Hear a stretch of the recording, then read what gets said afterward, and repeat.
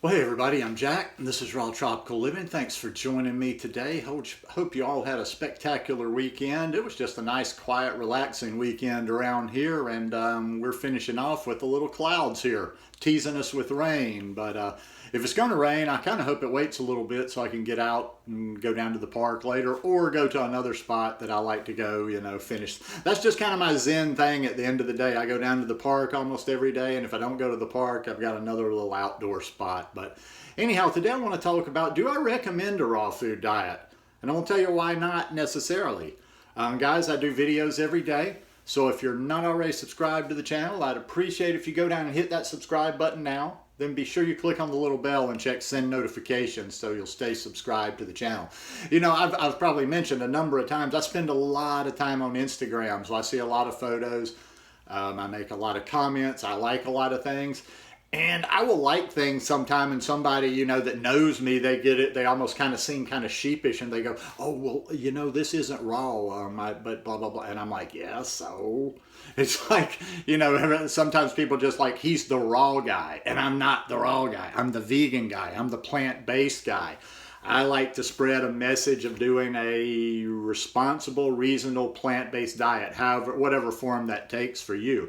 Now, I do highly advocate raw foods, raw living foods. Get as much raw in as you can every day. But no, I straight up don't recommend this diet, this lifestyle for everybody. And I'll tell you why. It's simply because some people are not going to do this lifestyle. They're just not going to do it. And they're going to just keep plugging away because all the gurus and all the little cheerleaders tell them, like, well, it's possible to do it anywhere. You can do it. Just keep doing it. And I don't think they're helping their health one bit by bobbling along, doing it in a very terrible way. I mean, most of the people I've seen bumbling throughout the years that are struggling with it I don't know. The people that take to a raw food diet tend to take to it. I see these people that are just stubborn, and they've been trying, and I'm doing this for 7 years. I see people that are still trying 3 years later, and I'm like, they're making a lot of mistakes along the way because they're putting that raw food thing up there as the Holy Grail. And I've tried to say forever, that is not the Holy Grail. I don't recommend this lifestyle to you at all if you're not going to take responsibility and you're not going to do your own research. Too many people are just putting it all in somebody else's hands, like, hey, spoon feed me this. Tell me what to do and I will do it. And you gurus are leading you down the primrose lane about, how it's possible to do it anywhere. And you see somebody, this is another big one. People that are in places that are really not that hospitable for doing this lifestyle, price-wise, availability-wise, and a number of things. But all the raw vegans always hold up this one or two people that are in that same region, and they're like, well, look at Johnny. Johnny is doing it, and Johnny's been a raw vegan for blah, blah, blah years. A lot of times, you do a little research. You dig into Johnny a little bit. And what you will find is Johnny's got bank. If you've got bank, you can do this lifestyle anywhere, because in this day and age, you can order stuff all the time. So, like when you hold that person up, and there's a lot of people that do things that can. It's possible to do it. And then there's a lot of people that hear that and they do it, and they're not thriving. They might be hanging on. They might be technically within the raw thing, but they're not thriving. And that's what it's about. It's not about reaching some percentage of being raw. It's about, what are you doing?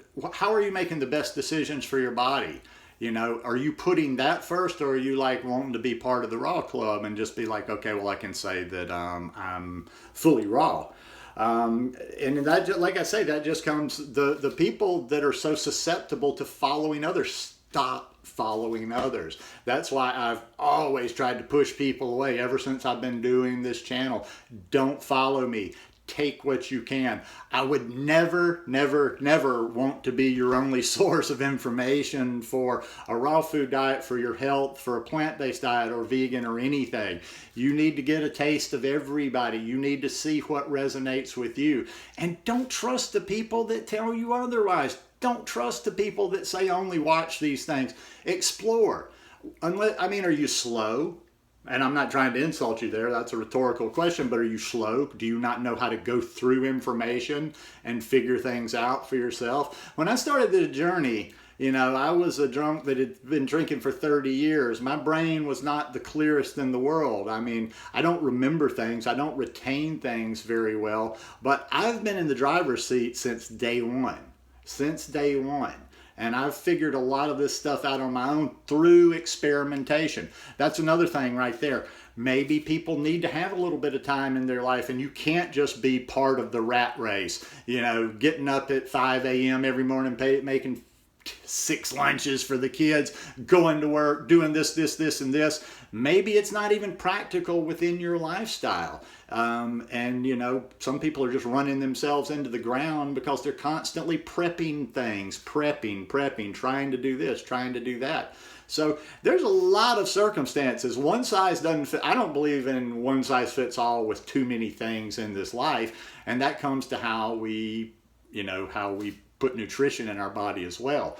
And I'm not even going to get into it. Maybe raw is, or maybe it's not. That's not the purpose of my talk today. So maybe we'll even play devil's advocate and say maybe raw is the absolute best. We've decided it's the absolute best for your body. There's no question about it. Even if that was so, if you're not going to do it, you're not going to get the benefits. Or if you're not going to do it properly, you're not going to get the benefits. And another thing that I see a problem in the raw world too is just people just going way too much off this woo-woo. And they don't have any sources other than raw things.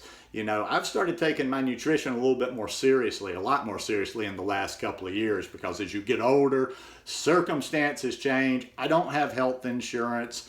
I don't know if I'm gonna have the money anytime soon to get health insurance again, and I'm getting older. So, I'm very serious about this stuff because, there may come a time, and like I said in a video the other day, I'm not one of these people that's like, oh, we're bulletproof. I talk to raw vegans that simply believe nothing can happen to them health-wise other than, trauma, like if they got in a car wreck or whatever. Maybe not. Not willing to bet my health on that. I'm not willing to bet my whole life on that. So I just try to take it all in, take as much information all the time in as I can. I try to constantly be learning more. I try to constantly apply what I'm doing to my body. And that's a lot of things. A lot of people are just going by what people say, what they read, what they see, and secondhand knowledge. I'm running all this stuff through the laboratory, and it always comes down to, okay, how am I feeling now? Okay, I'm doing this a little bit differently, or I'm that a little bit differently. How am I feeling now compared to when I was doing something else?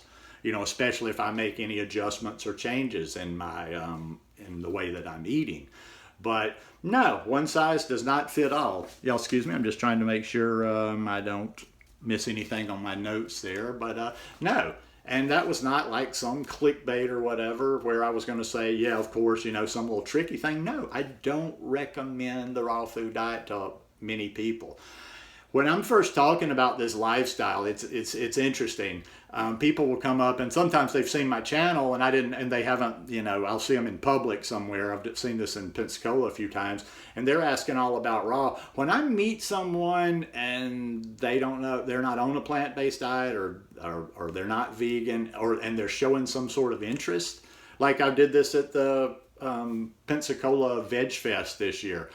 I don't even talk about raw that much. I talk about a plant-based diet, and I try to introduce people to this lifestyle with reputable sources, like like most people that don't know anything or don't do this lifestyle at all. I always recommend people like Dr. Greger, Caldwell Esselstyn, T. Colin Campbell, the people that are going to give some facts, that are going to throw a little science behind it, and that actually have a reasonable chance of interesting this person and showing them something realistic they can do in their life to change their health, possibly save their life down the road. And then, listen, there's a lot of different levels. It's like getting on the train or getting on the subway. You get on, you can get off wherever you want to, but learn the plant-based first. Get down to the fundamentals. Learn a little bit about, how your body works on this.